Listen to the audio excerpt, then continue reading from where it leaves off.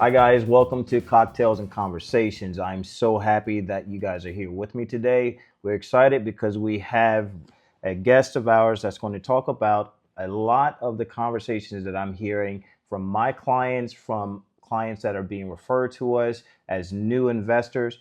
Those topics really center around what's going on today: interest rates, inflation. So we're talking to you, the new home buyer. We're talking to you, the existing homeowner. We're also talking to those that are interested in investing in properties. I have with me today guest Tim Colon, who is licensed real estate, or should I say mortgage lender. So he will be sharing with us his views on how to go about purchasing a home, how to go about looking at the opportunities that you have with home ownership, as well as those that are interested in investing in the properties. So, Tim, I'm going to segue right into something that came across my table just last week. I have a client of mine that he has benefited from this market growth, but he wants to actually invest in properties. But at the same token, he's looking at interest rates where they are just 3 years ago and where they are today. What are you telling clients that are interested in investment properties but may have missed that window on the lower rates? Wow. He's got to get a time machine. I mean, as far as now, they've got to change their markets. I mean, being the first one being the last one in an area that's already like set, it's going to be hard to find any deals. But if you have intel, family, friends in certain marketplaces that the rent is dramatically higher on your mortgage payment, because that's what people are looking for. They're looking for cash flow, ROI, anything along those lines. I think he or she needs to change the market that they're looking at. Are you also saying this to new home buyers when they're searching for a place to live? Not necessarily, especially given today, a lot of people work from home. Are you telling them to look outside of their physical area if they are open to it? So for people that are going to live in a property, if they are working from home, I mean, there was a huge migration during COVID since everyone started the work from home or hybrid or whatnot. So marketplaces in other areas have boomed, and traveling has become. I mean, it depends on their workplace. Um, if they're open, a lot of people need to travel in order to afford something. Just because the average mortgage payment went up anywhere from $300 to $500 if they were looking Oh, wow. pre-COVID to now. Oh, wow. So if your income didn't go up that significantly, then they migrated, instead of an hour, they're an hour and a half, sometimes 2 hours to get to work. That's interesting. So, are there any grants that can help new home buyers? So I'm licensed in New York. In New York, there are certain grants based on cities. I'm able to do a grant for the entire New York State that allows up to 3% of the purchase price as a grant towards your closing costs. And it also comes with a lower interest rate than normal because the grant is given straight through New York State. So it's underwritten through New York State. So it doesn't follow the normal interest rate pattern that the market is going to give you. And other states, it's really depending on the area. I know, for example, in Westchester, there's certain grants specifically in New Rochelle, but those grants you must buy in New Rochelle. They may not work in adjacent cities or anything else. So most folks would have to do research in the areas they're looking if they're, maybe the city's offering some government money. So, as a new home buyer, I saved up some money to purchase a home. My credit is strong. I have the 3 or 5% ready to put down, but then everyone starts to tell me about insurance. What should I be concerned about with insurance? Especially, it's been front and center in the news with all of these natural disasters. Well, I mean, if you're lucky to work with a loan officer that's experienced in those areas, typically we try to estimate what your insurance payment would be based on where you're looking. But if you tell me, hey, I'm looking in one specific area that's not by water and is within areas that I close a lot of business in, then I can pretty much eyeball what a payment would be, or I'll contact one of my insurance partners to say, hey, what's an estimate on this? And people are more than welcome to use their own insurance provider. But in other states like the great state of Florida, I know wind coverage has been through the roof. I've had many clients, even after closing, their insurance provider said, hey, your insurance is going to go up because you're just the wind alone portion is, let's say, $3,000. Wow. And it's really geographically depends where your house is, right? Because as much as you can prep and as many consultations as we can do, life is a variable, and you never know with way a hurricane happens, or in the boroughs we had small pockets of flood insurance, but after Ida, more areas opened up, and there were certain insurance companies that didn't even want to provide insurance. You could have been with, I'm not going to mention any names, but some insurance companies that have tons of commercials online, they won't insure the Bronx, let's say, at all, the entire borough of the Bronx. They're like, hey, we can't insure the Bronx because there was too many claims, and they wiped their hands and said, we can't do this anymore. I'm finding out more and more, and we're representing the state of Florida. I moved down here in 2021, and one of the things that we noticed, especially after some of the natural disasters that we had, some of the few hurricanes, is, of course, insurance premiums went up. So I was actually looking at the opportunity of, okay, when I financed my home, I had insurance, property taxes, everything escrowed, going into escrow every year. Is there an advantage to actually saying, you know what, I want to take care on my own the property taxes and the insurance versus actually having the bank set aside that money for you? Is there an advantage or disadvantage of that? So when? Like before the loan closes? No, once you, I believe, at least, or certain banks say you have to wait 2 or 3 years before you're able to actually request to set that money aside yourself, or have them to no longer set that money aside for escrow. I know through the bank that I went through, my lender, they stated that we had to wait at least 24 months prior to us making that request that we will take care of the escrow ourselves or taxes ourselves. But is there an advantage, period? So the lender, most lenders, if you try to not escrow your mortgage prior to closing, it does impact your rate and closing costs a smidge, because there is more risk on the loan. Your interest rate is and your costs are driven through risk. So higher, lower credit, really good credit, lower risk, right? Single family home, lower risk. How big your loan is, will determine your risk. But, and then the down payment, right? So you can't not escrow if you're putting less than 20%. If you're putting 5%, Understood. There's just not enough skin in it for the bank to say, we'll let you pay your taxes on your own, right? You have to put at least 20%. But if for the folks that do put 20%, they can ask to not pay taxes and insurance. It will impact them a little bit. And then, it falls on the borrower. Say, hey, do you want to stomach that, right? Because now you have to pay your taxes. Some taxes are due quarterly, some are due semi-annually, annually. I haven't seen any taxes monthly, but now you're trying to micromanage all these payments. Oh, wow. Right? So versus having the lender to do it themselves. Pay to the mortgage, because you're paying in advance, and the lender will send it in June, let's say, or whenever it's due.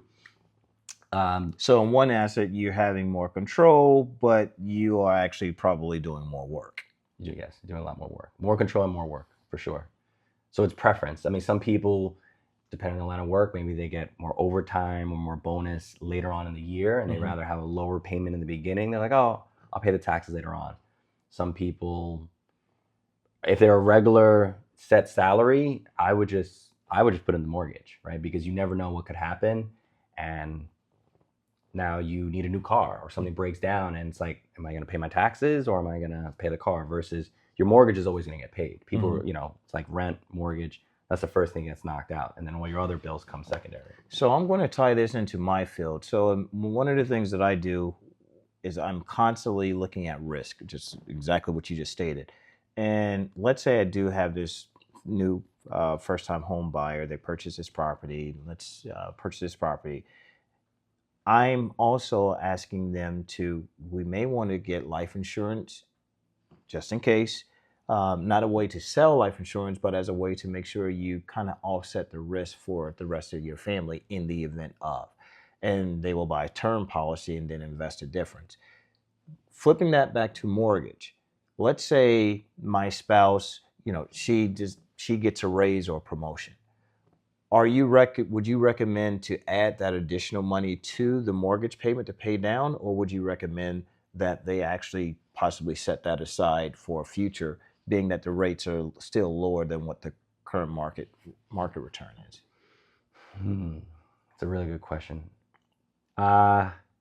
It depends on the whole financial picture, because if said couple has retirement, and I mean, not a lot of folks have pension, but I would say use that money and invest it versus the mortgage.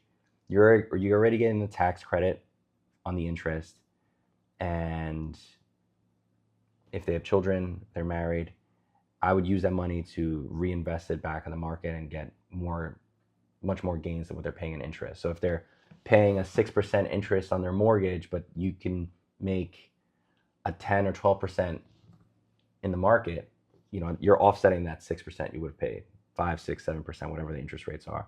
I rather invest it and have a plan set up later when the mortgage is fully paid after 30 years. I love that, because that's actually a great segue. And one of the things that I was going to ask before you came on set, I remember you telling me that you yourself own a few properties. Tell me, how did you get into that? What led you into investing into different properties, and what type of success have you seen because of it? Failure? Well, failure always comes with it. I need to set up my own retirement. I mean, 401k is great, but my line of work doesn't provide a pension. 401k, I max it out every year. I've been investing since I was 25, so it's performing well, but that's not going to be enough for whenever I retire, and you can access that money, 58? 55? Yeah, 60. 60. Yeah, well, you're 50, and then, of course, anything after that, they lower it, right? Yeah. Yeah. So I might not make it to 50, but, hopefully. But I needed other streams of income. I needed passive income, as a lot of folks say, they want passive income.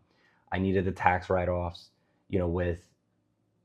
I've owned properties for, 7 years now. And with every different type of president and tax changes, I've always been able to get significant write-offs. So that helps.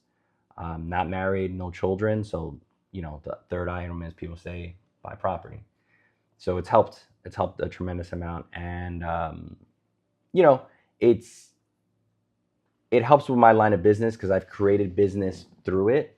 So like a lot of my tenants, I'm not a greedy landlord. I've turned a good amount of my tenants into homeowners. So they stay, we set their rent. Maybe they get very minimal increases. If like the taxes go up dramatically, like, hey, I got to increase you $25. And they eventually turn into home buyers, because I think I take care of my properties, and now they've bought, and I've created my own business through a business that I invested in. That is actually extremely interesting, because it now prompts other questions. What are you looking for when you're finding these properties? Well, convenience. I mean, locality helps, because once you're planted, it's like Monopoly. You own orange, you got to get the other 2 oranges, right, or red. So I try to stay in close proximity. I do have something that's further away, which we need a whole nother episode on Airbnbs. But I've kept close. I've moved around. I have house hacked myself. What does that mean? So house hacking is when you live in a property, Mm-hmm. you buy it as your primary residence, you live in it for a year or 2, and then eventually you rent that out and you move into something else, and then you live in there for 2 years. Actually, as a matter of fact, I believe Joanna and Joanna Gaines, they actually they did this. They were living, jumping from house to house, renovating it, and then moving to another house. The Gaines family. So it's tough, because a lot of my clients want to do that after they bought their single family home, but they had commitments. They had a wife, they had children, and with a wife, I've seen people do it with married, but with children, it's very tough. I mean, it's tough to move in general. Sure. And then to uproot kids, then you got to find a house right in the same area, so don't move them because it's tough to move kids out of certain schools depending on the age. So I get it. But the reason why house hacking is important is because if you own a single family and now you come to me like, hey Tim, I want to buy a multifamily, in the same area, the bank's gonna know you're not living there. Why are you gonna leave your big beautiful home that's a single family and move in with tenants in the same city, let's say? So with that, you have to put a large down payment, 20-25%. And if you, let's say, put 20% on your single family, it's going to be tough to access that equity. Yes, you could probably pull equity out and whatnot, but then, there's objections with that. But the long and short is you house hack by, you're able to put a low down payment, a 3 or 5%. You live there, fix it up. Maybe you live in a 3 family, then you go to a 2 family because now you have more space, or you don't want to live with tenants. Again, that's another episode for house hacking, but that's like the long and short of what house hacking is. Are there advantages of a single family home rental versus a multi-unit rentals? Or disadvantages even? So the landlord in me would say it's a lot more risk because you only have one person or family paying your mortgage versus if you have a multifamily, you have 3 rentals. Depending who you ask, they say that at least 1 to 2 units should cover your expenses and 1 is profit. So if 1 doesn't pay, the other 2 are paying it, you're not coming out of pocket. A single family, there's no one else to offset it. It's just the one family. And if they, lose their jobs or they stop paying you, now you've got to create a court case or sheriffs or whatnot, and you're just losing money and you're adding a ton of stress to your plate. So single families are good at, let's say, listen, there's different areas, right, that it might make sense. Airbnbs, that's different than short-term rentals, but on a long-term market, if you're in like a busy downtown area, I have clients that bought single families in very busy areas by like a train or downtown, and they can charge a crazy amount over what they're getting. Like their ROI is like, even with trains nearby. Oh, you gotta be close to trains. Okay, got it. Yeah, Okay, so got it. you can be in and out. Public transportation. Yeah. Okay, So I've got seen normally on a single family, you're only making a couple $100, but I've seen folks making over 1,000 on a single family, and you're looking at sometimes a 15% ROI when most guys are getting like 8 to 10%. So does that mean when you start to look at the single families, are you seeing investors looking at HOAs? Meaning, how does HOA, I'll rephrase that. How does HOA play into purchasing a home? If they are able to cover a lot, it's a good investment because then you can not have to pay property managers, for the property managers out there. Because if the HOA covers a large amount of the upkeep of the home, roof, lawn maintenance, things like that, you don't have to pay someone else and go out your way to figure out who's going to take care of it, right? So you just move a tenant in, hey, you're just paying your rent and your electricity, but the HOA is taking care of other things.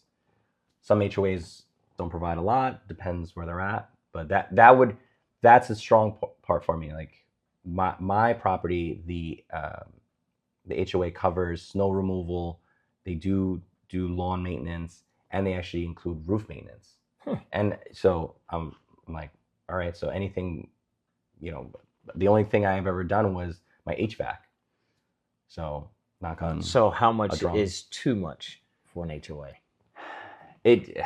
How much is too much? A percentage of your monthly mortgage, or is there? Everything's it's relative to the area. So I don't think there's too much because it depends what it offers. If you're in a very affluent area and you're paying $1,000, but you're getting, if you're in a building, because HOAs can be in buildings and or communities. If you're getting, I know one of my clients, he has an indoor pool, an outdoor pool, restaurants downstairs. Oh wow! I need to. They have central air in the apartment complex. They have a game room with different arcades. They have a community room. His HOA is like $1,200, but he's getting all those amenities, right? So it's like, is it worth it to you? It's really worth it to the type of person. Some people want that experience, so can they afford it? This is actually good. And we have more good information and a lot of good questions coming down the road. Sit tight.